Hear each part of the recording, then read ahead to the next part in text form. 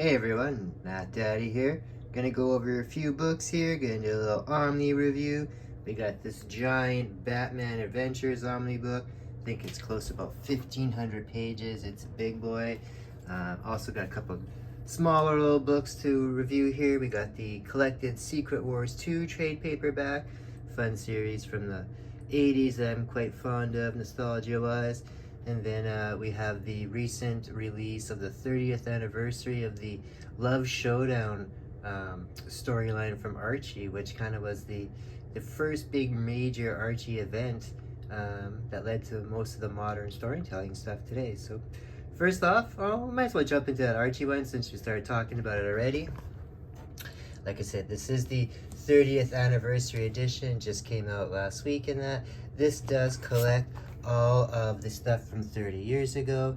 It has the Love Showdown 4-part event series, mini-series, and then the follow-up, the Love Showdown special sequel.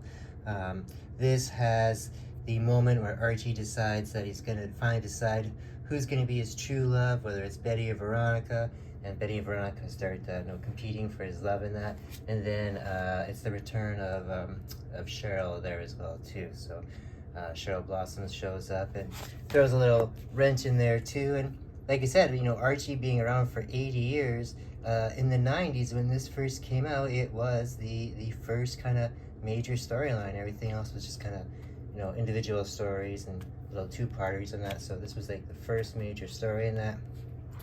Lots of great artwork in here.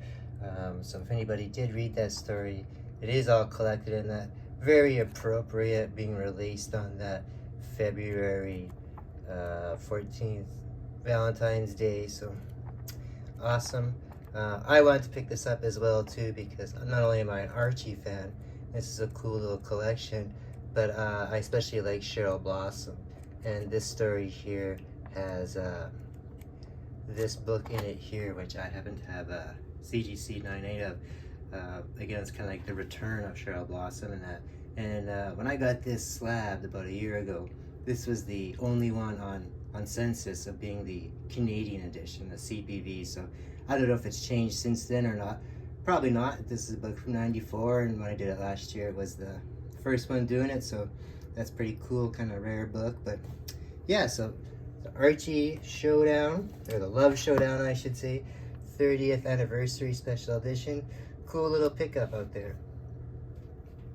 All right, let's move on to our next book here. We got the Secret Wars 2 collection here, trade paperback that collects all 9 issues of the original series.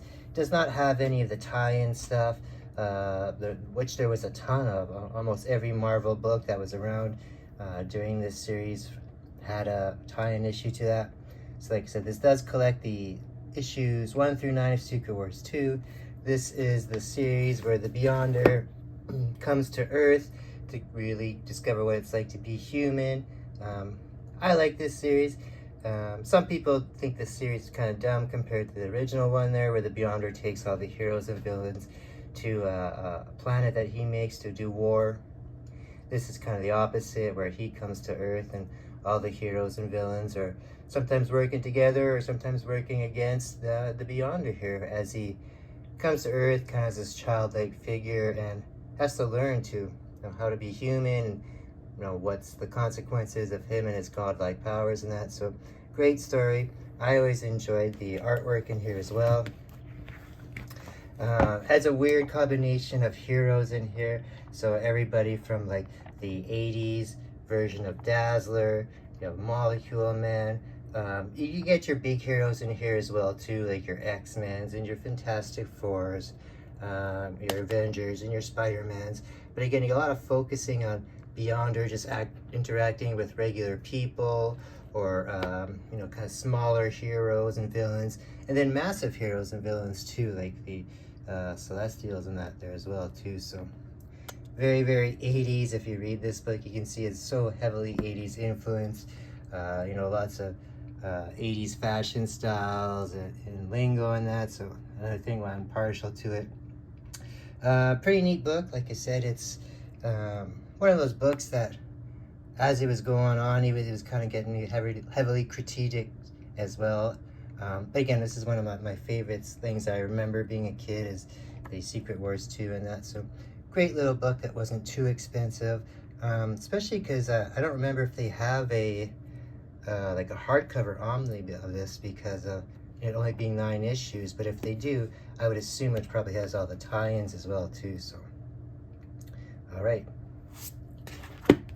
Secret Wars 2 from Marvel. All right, and the big one that I've been reading, it took forever to read. This is the Batman Adventures Omnibus. This is such a huge book. Like I said, it is about 1,500 pages. It collects so much in here. I mean, everything in here is almost like legendary. Like, you got the first appearance of Harley Quinn in here. You got tons of major storylines in here that were kind of part of the cartoon series or their own stories in that. Even though this is based on the cartoon series and that, a lot of these stories I was very surprised how adult they actually were, whether they were meant to be that way or just came across that way.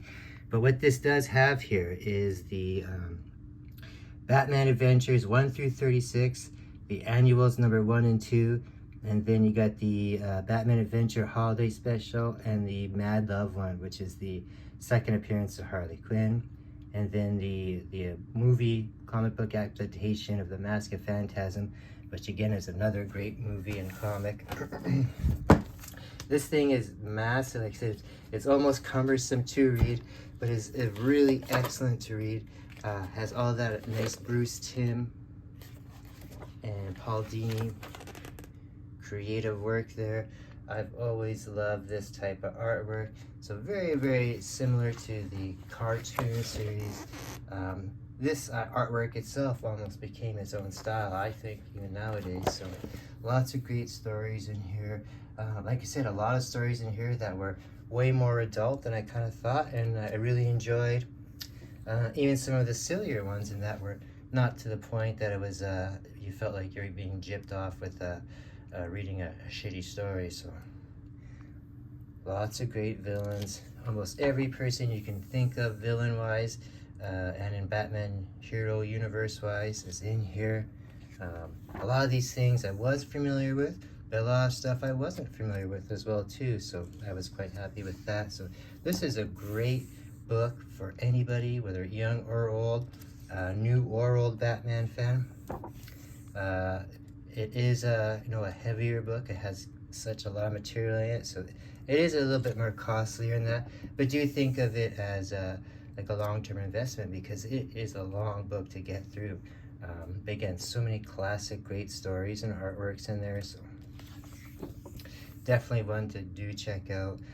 Probably one of my favorite reads of the last year or so. Lots of great stories in here. Amazing artwork. And like I said here, we do have, let's get the exact page count here. Ooh, just short of 1,200 pages. So, all right, everybody. Those are 3 books I thought deserved a little bit of reviewing on. See you guys in the future when I get a few more books to read. See you guys later.